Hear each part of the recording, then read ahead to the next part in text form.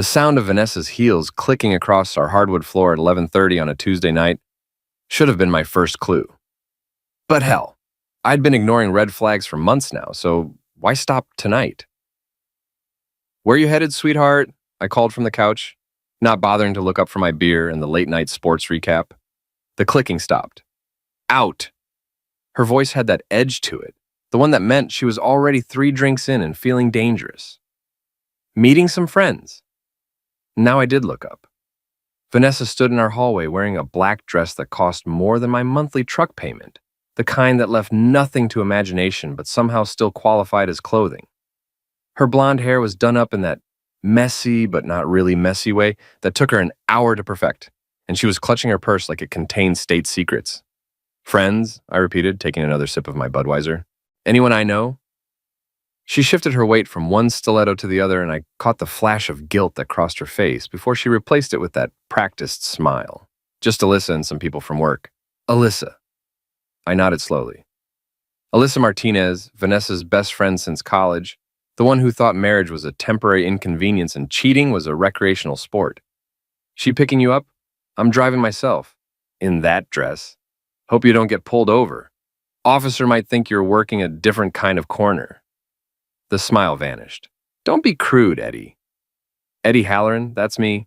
38 years old, licensed contractor, and apparently married to a woman who thought Tuesday night was date night with everyone except her husband. I'd built our house with my own hands, installed every light fixture, laid every piece of tile. Vanessa had picked out the colors and complained about the dust. "I'm just saying, it's a Tuesday. Most people are getting ready for bed, not getting dressed up like they're hitting the club scene." I kept my voice level, conversational. No point in starting a fight when I could gather intelligence instead. She checked her phone, and I caught the quick smile that crossed her lips as she read whatever message had just come through. "I won't be too late. Define too late. God, Eddie, what are you, my father? I'm 32 years old. I can stay out as long as I want." "Sure you can. Just wondering if I should wait up or assume you're spending the night somewhere else." The words hung in the air between us like smoke. Vanessa's grip tightened on her purse, and for a second I thought she might actually tell me the truth. Instead, she walked over and kissed my forehead, leaving behind the scent of expensive perfume and cheap lies. "Don't wait up," she said, and headed for the door. I waited until I heard her car start before I got up and walked to the window. Mrs. Felton from next door was already at her own window, binoculars in hand. That woman knew more about our neighborhood than the FBI knew about organized crime. Vanessa's red BMW pulled out of our driveway, and I watched her taillights disappear down Maple Street. Then I pulled out my phone and opened the family group chat, the one that included Vanessa's parents, her sister, and her grandmother, who still thought Facebook was a tool of the devil. I started typing. "Hey everyone. Vanessa wanted me to let you all know she's out meeting some of her ex-boyfriends tonight. She said to ask what you all thought about that. She's wearing the black dress from Cousin Maria's wedding, if that helps with your opinions." I hit send and waited. The responses came fast. Vanessa's mom, "What?" Her sister, "Is this a joke?" Her grandmother, "Eddie, dear, are you feeling all right?" Her dad, "Call me, now." I was taking screenshots when my phone rang. "Vanessa, what the hell did you just do?" Her voice was shaking with rage. "Shared your plans with the family? Isn't that what married couples do? Communicate?" "I never said I was meeting ex-boyfriends." "No?" "Huh. Must have misunderstood. So who are you meeting then?" Silence on the other end. I could hear music in the background, voices, the clink of glasses. Not Alyssa's apartment. Definitely a bar. "You're being ridiculous," she finally said. "Am I? Because from where I'm sitting, my wife just left the house dressed like she's auditioning for a music video, lied about where she was going, and is now at what sounds like a pretty happening place for a Tuesday night work meeting. I don't have to explain myself to you. Actually, sweetheart, you kind of do. That's how marriage works. But hey, don't let me stop you from having your fun. Just remember that screenshots are forever, and family group chats have a way of keeping conversations alive." She hung up on me. I finished my beer and walked to the kitchen, where I opened another one and considered my options. I could pretend this wasn't happening, like I'd been doing for months. I could confront her when she got home and have the same fight we'd been having in various forms since Christmas. Or I could do something different, I chose different. My phone buzzed with a text from Mick Patterson, my best friend since high school and the only person I knew who'd served 2 tours in Middle East and still thought marriage was the more dangerous assignment. Saw Vanessa at the glass tap. She's not with Alyssa. I texted back, who's she with? Some pretty boy in a suit, hands all over each other. Want me to get pictures? I stared at the message for a long time. Part of me wanted to say yes, to have the evidence, to finally know for sure what I'd been suspecting. But another part of me already knew. Had known for weeks, maybe months. The late nights, the new clothes, the way she'd started putting her phone face down on the table. No pictures, I typed back. But thanks for the heads up. You okay, man? I looked around our kitchen at the custom cabinets I'd built, the island I'd designed, the breakfast nook where Vanessa and I used to sit on Sunday mornings reading the paper and planning our week. All of it felt like a museum now, a display of what we used to be. I'm about to be, I replied. Then I opened my laptop and started doing some research. If Vanessa wanted to play games, she was about to learn that I'd been playing them a lot longer than she had, and I played to win. The first thing I did was check our phone records online. Family plan meant I had access to everything, and Vanessa had never been particularly careful about covering her tracks. The number that showed up most frequently in her recent calls and texts wasn't Alyssa's. It wasn't anyone from her office either. I ran the number through a reverse lookup. Greg Fenton, sales manager at Morrison Auto Group, divorced last year. Lived in one of those new apartment complexes downtown, the kind with a gym and a pool and rent that cost more than most people's mortgages. I looked him up on social media. Typical pretty boy. Gym selfies, pictures of his car, inspirational quotes about success and grinding. The kind of guy who wore cologne to the grocery store and called women females. But he was also exactly Vanessa's type. Before me, she'd dated a string of guys just like him. Guys with more money than sense, more muscles than brains, and more ego than character. My phone rang. Vanessa again. I'm coming home, she said without preamble. We need to talk. About what? About your little stunt with the family chat. That was completely inappropriate. Was it? Because I thought what was inappropriate was my wife lying to me about where she was going and who she was meeting. I wasn't lying. Plans changed. Plans changed to include Greg Fenton? The silence on the other end told me everything I needed to know. How do you... She started, then caught herself. I don't know what you're talking about. Sure you don't. Come home, Vanessa. Let's have that talk. She hung up again, but I knew she'd be home soon. And when she got here, the real conversation was going to begin. While I waited, I made myself another drink and thought about the last time I'd felt this calm in the face of disaster. It was 3 years ago, when a job site accident had nearly eliminated one of my crew. While everyone else was panicking, I'd taken charge, called the ambulance, applied pressure to the wound, and probably saved the guy's life. The key was not to react emotionally. Emotion made you stupid, and I couldn't afford to be stupid right now. 20 minutes later, I heard Vanessa's car in the driveway. Vanessa came through the door like a hurricane in heels, her face flushed with anger and booze. The black dress that had looked so carefully arranged when she left was now wrinkled, and her lipstick was gone. She threw her purse on the hall table hard enough to rattle the lamp. We need to talk, she announced, as if this had been her idea all along. I'm listening. She kicked off her heels and walked into the living room, where I was still sitting on the couch with my beer. The contrast between us was pretty stark. Her all dressed up with nowhere to go now, me in jeans and a t-shirt, completely relaxed. You embarrassed me tonight, she said. I embarrassed you? How exactly did I do that? That group chat thing? My mother called me 6 times. My sister is texting me asking if we're getting divorced. My grandmother wants to know if you've had a breakdown. Have I? She stopped pacing and stared at me. What? Have I had a breakdown? Because from where I'm sitting, I'm thinking pretty clearly. My wife lied to me about where she was going, snuck out to meet another man, and now she's mad at me for calling attention to it. If anyone's having a breakdown here, I don't think it's me. I didn't sneak anywhere, and I wasn't meeting another man. Greg Fenton. She went very still. What about him? That's who you were with tonight, at the glass tap. Mick saw you. Mick needs to mind his own business. Mick's been my friend for 20 years. He was looking out for me, something my wife apparently stopped doing a while ago. Vanessa sat down in the armchair across from me, suddenly looking tired. It's not what you think. What do I think? That I'm having an affair. Are you?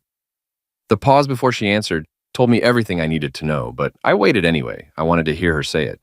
No, she finally said. Greg is just a friend. A friend you meet at bars on Tuesday nights while wearing your sexiest dress and lying to your husband about it. I didn't lie. You said you were meeting Alyssa and people from work. Greg works in sales. That's work-related. I had to give her credit for creativity, but we both knew she was grasping at straws now. Vanessa, I said quietly, I know about the phone calls. I know about the texts. I know you've been seeing him for at least 2 months.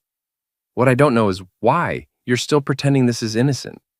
She stared at me for a long moment, and I could see her calculating, trying to figure out how much I actually knew versus how much I was guessing. You went through my phone, she said finally. I looked at our phone records, the ones I pay for every month, the ones that show every number you call and text. That's a violation of my privacy. You want to talk about violations? Let's talk about marriage vows. She stood up abruptly. I'm not doing this tonight. I've been drinking, you're being paranoid, and nothing good is going to come from this conversation right now. When would be a good time? Tomorrow? Next week? After you've had a chance to get your story straight? After you've had a chance to calm down and think rationally? I am thinking rationally. That's the problem. She headed for the stairs. I'm going to bed. Vanessa. She stopped but didn't turn around. This isn't over, I said. I know. After she went upstairs, I sat in the dark living room for a long time, thinking. The smart play here was to hire a private investigator, get concrete evidence, and file for divorce. Clean, simple, legal. But I wasn't feeling particularly smart right now. I was feeling like a man who'd been played for a fool, and fools sometimes did foolish things. I went out to the garage and opened my toolbox. In the bottom drawer underneath my collection of drill bits was a small digital camera I'd bought for a job site documentation project last year. It was about the size of a matchbox and could record for hours on a single battery. I also had a GPS tracker, the kind contractors use to keep track of expensive equipment. It was magnetic, weatherproof, and could be monitored from my phone. By the time I went to bed, Vanessa was already asleep or pretending to be. I lay there listening to her breathe and planning my next moves. The next morning, she was gone before I woke up. There was a note on the kitchen counter. Working late tonight, don't wait up. I made coffee and called Mick. How much did you see last night? I asked. Enough. They were pretty cozy. Lots of touching, whispering, the whole thing. She left with him around midnight. Left with him? Followed his car out of the parking lot. Came back about an hour later to get her BMW. So she'd gone to his place. Or a hotel. Either way, the lie about meeting work friends was completely blown. You want me to keep an eye on things? Mick asked. Maybe, let me think about it. Eddie, man, I know this sucks, but you need to be smart about this. Get a lawyer, get evidence, protect yourself financially. Don't do anything stupid. When have I ever done anything stupid? You want the complete list or just the highlights from high school? Despite everything, I laughed. Point taken. After we hung up, I went out to the garage and got to work. The GPS tracker went under Vanessa's car, attached to the frame where she'd never notice it. The camera was trickier. I needed somewhere it could record without being obvious. I settled on the dashboard, disguised as a phone charger. From the outside, it looked like any other car accessory, but it would record everything happening in the front seat with audio. Then I went to work. I had a kitchen renovation starting that morning, and physical labor was exactly what I needed to keep my mind occupied. But I couldn't stop thinking about Vanessa and Greg, about how long this had been going on, about how many times she'd lied to my face, about how stupid I'd been to trust her. By lunchtime, I'd demolished an entire wall and felt marginally better. My phone buzzed with a notification from the GPS tracker app. Vanessa's car was moving. I opened the map and watched the little dot that represented my wife's BMW as it traveled across town. It stopped at Morrison Auto Group. Interesting. Either she was buying a car or she was visiting Greg at work. Given that her car was only 2 years old and ran perfectly, I was betting on option 2. The dot stayed there for an hour, then moved to a restaurant downtown. Lunch date. I screenshot the location and went back to work, but my mind was racing. She was getting bolder, seeing him in broad daylight. That meant either she didn't care if she got caught or she was planning to end our marriage anyway. Either way, I needed to be prepared. That evening, I was waiting in the living room when Vanessa got home. She looked surprised to see me. You're home early, she said. Job finished ahead of schedule. How was work? Busy, very busy. Busy enough for a lunch meeting at Romano's? She froze halfway through taking off her jacket. How did you? She caught herself. I had a client lunch with Greg, with several people from Morrison Auto. They're a potential client. Huh. That's funny because I called Romano's to make a reservation for this weekend, and they mentioned seeing you there today. Said you looked very cozy with your lunch companion, just the two of you. The color drained from her face. You called the restaurant? I call lots of places, Vanessa. It's amazing how helpful people can be when you ask the right questions. She sat down heavily on the couch. Eddie, I think we need to talk. Really talk. I'm listening. I think we might need some time apart. Because you're having an affair with Greg Fenton, she closed her eyes. Because we're not happy. Either of us. And maybe we need to figure out what we really want. What you really want, you mean? What both of us want. I know what I want. I want my wife to stop lying to me and sneaking around with other men. Call me old-fashioned. It's not that simple. It's exactly that simple. You made a choice, Vanessa. You chose him over me, over us, over everything we built together. The least you could do is be honest about it. She was quiet for a long time. When she finally spoke, her voice was barely above a whisper. You're right. I'm sorry. For which part? The affair or getting caught? For all of it. I stood up. I'm going to stay at Mix tonight. Tomorrow we can talk about lawyers and division of assets and all that fun stuff. But right now, I need some space to think. Eddie, wait. What? I do love you. I know that doesn't mean much right now, but it's true. I looked at her sitting there in our living room, still beautiful, still the woman I'd married 5 years ago, but something fundamental had changed and we both knew it. Maybe you do, I said, but you love him more.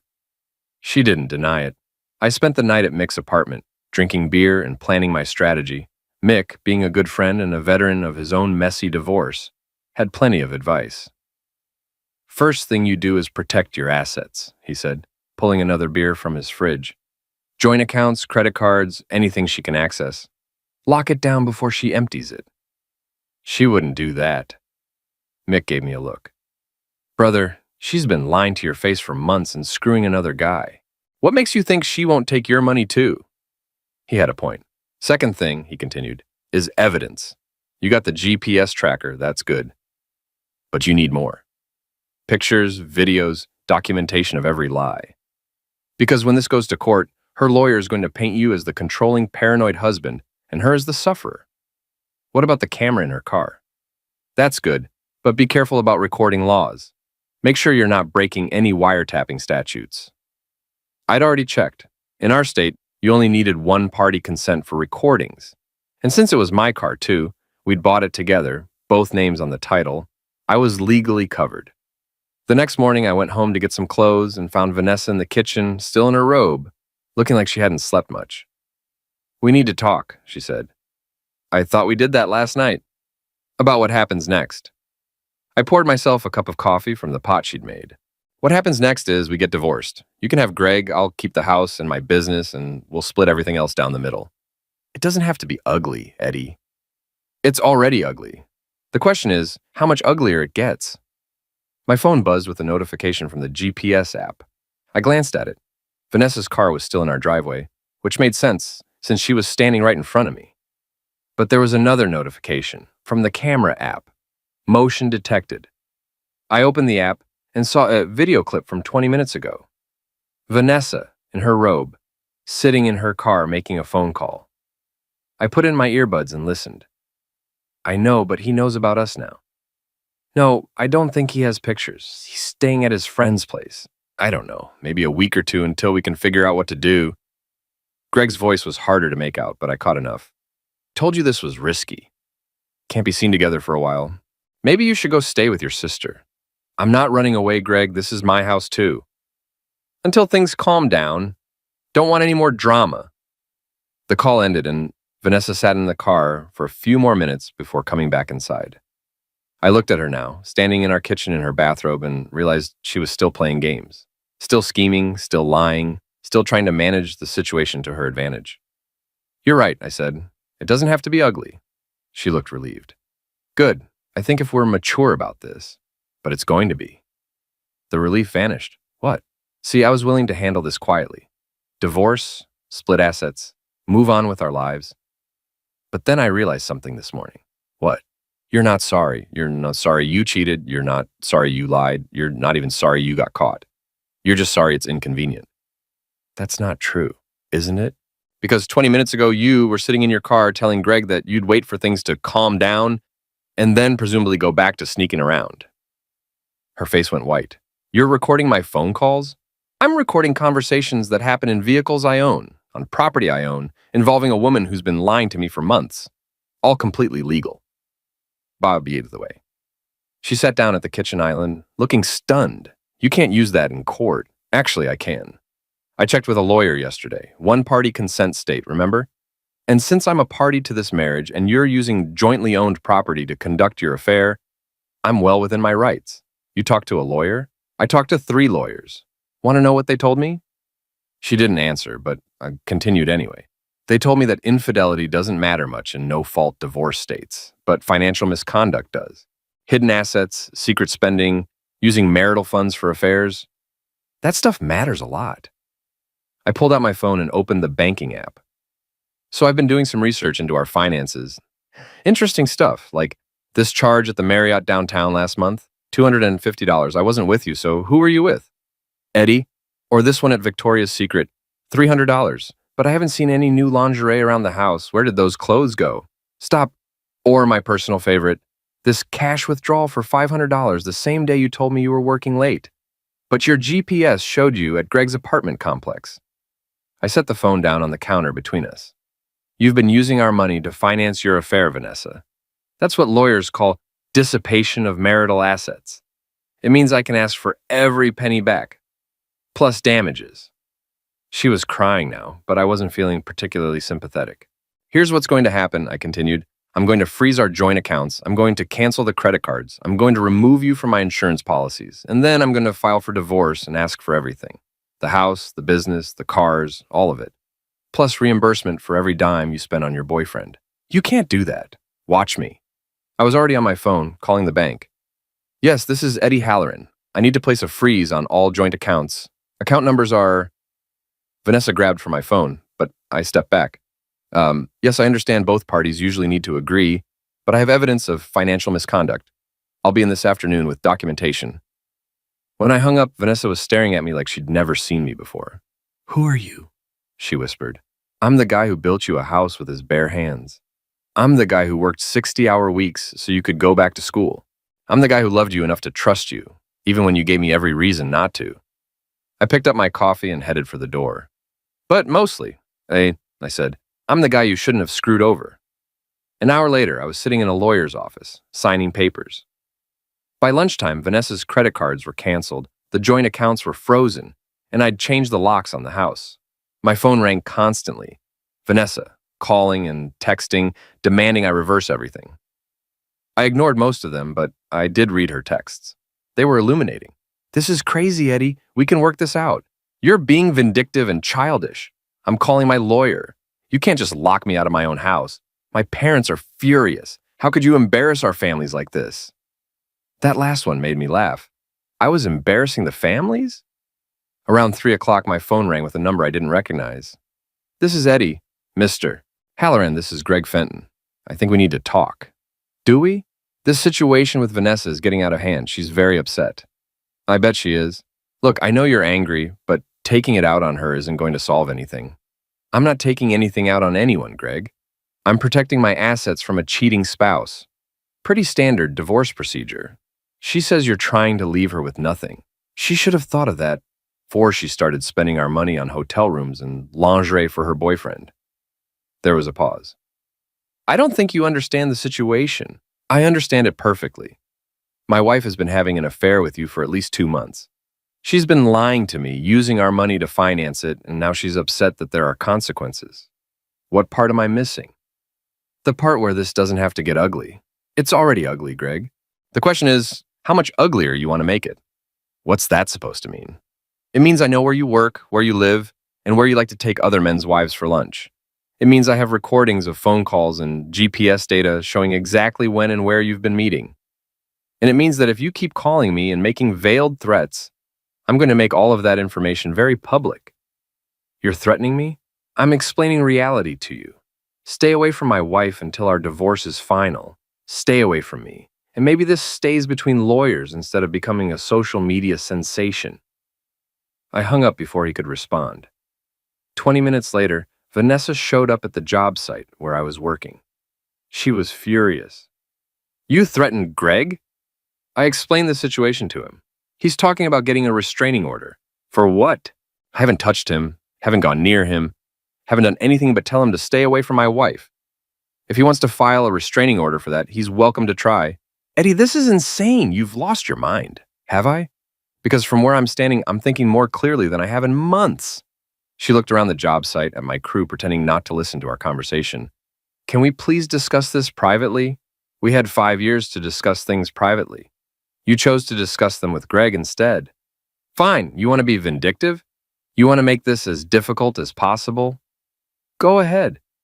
But don't expect me to just roll over and let you destroy my life.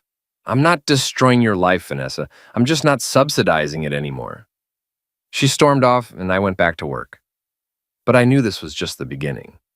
The next few days were a masterclass in how quickly a life could unravel. Vanessa had to move in with her sister because she couldn't afford her own place without access to our joint accounts. Greg, apparently spooked by our phone conversation, had stopped taking her calls.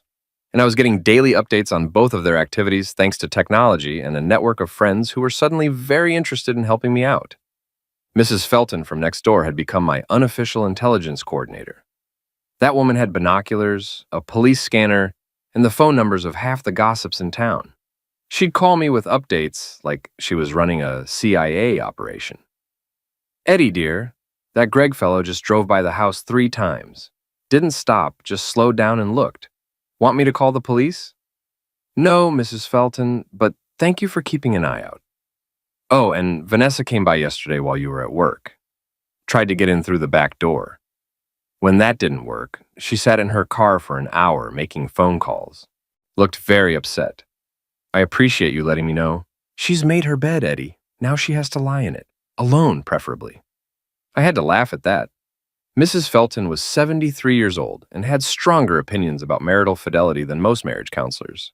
The GPS tracker was providing interesting data too. Greg's routine had changed completely since our phone conversation. Instead of his usual stops, gym, restaurants, bars, he was going straight home from work and staying there.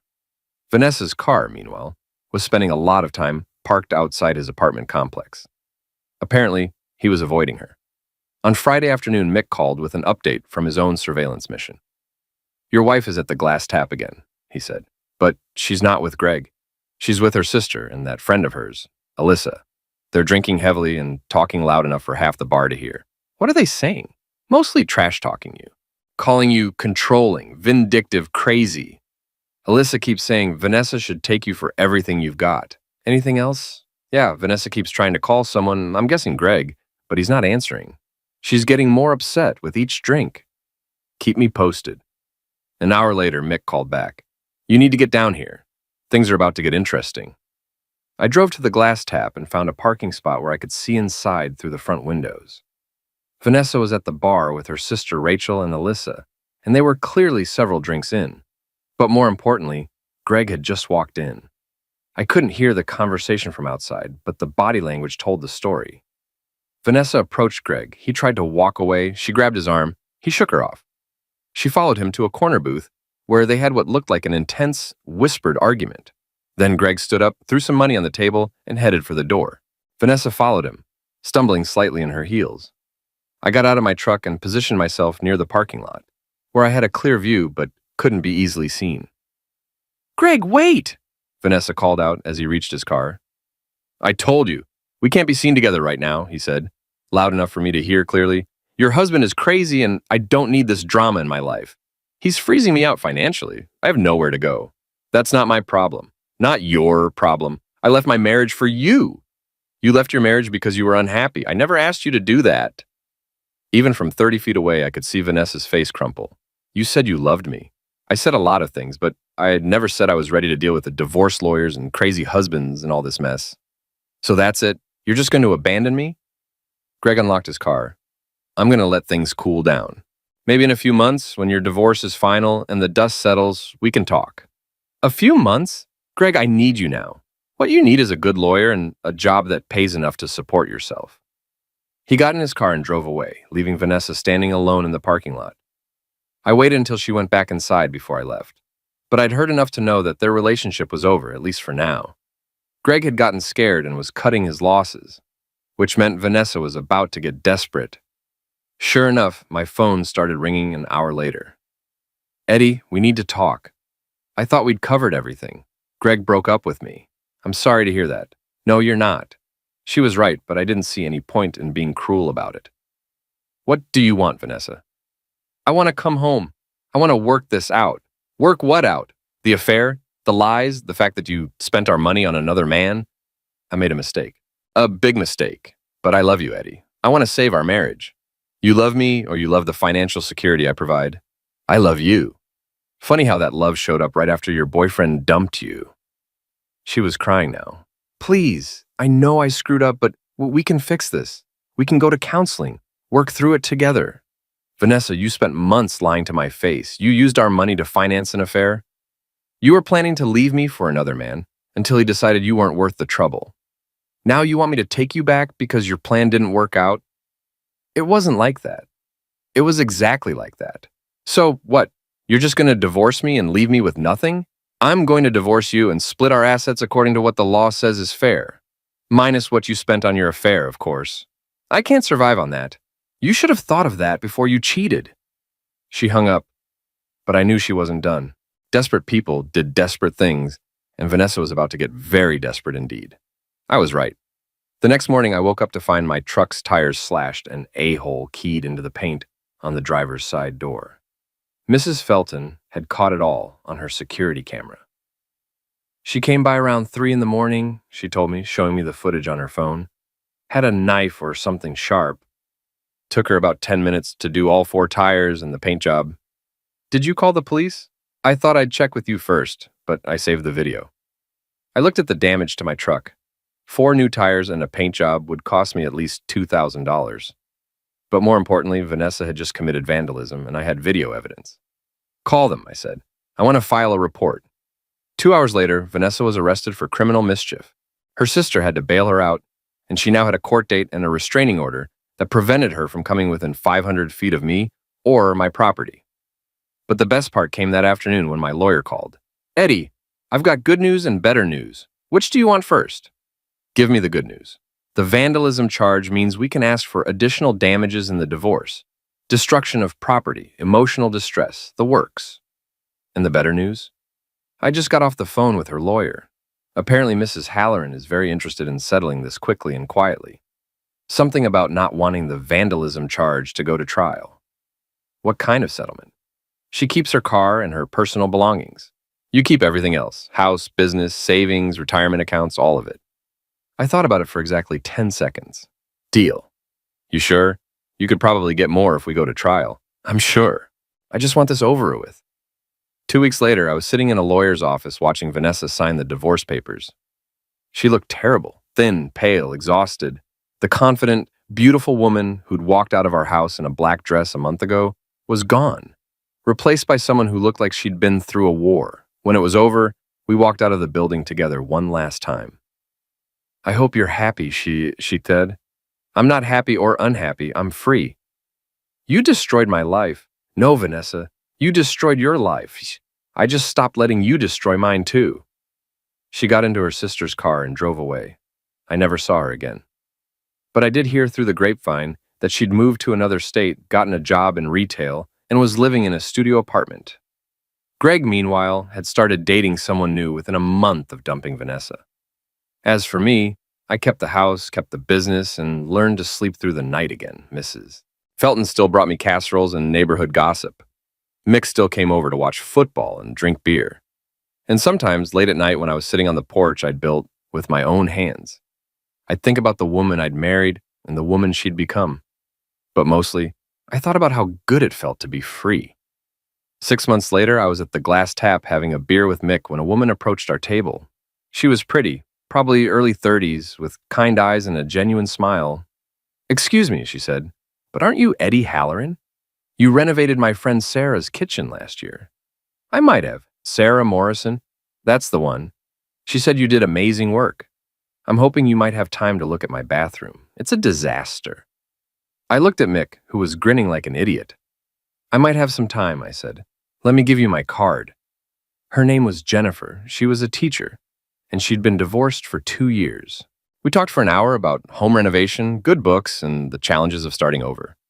When she left, Mick raised his beer in a toast. To new beginnings, he said. To lessons learned, I replied. We drank to both,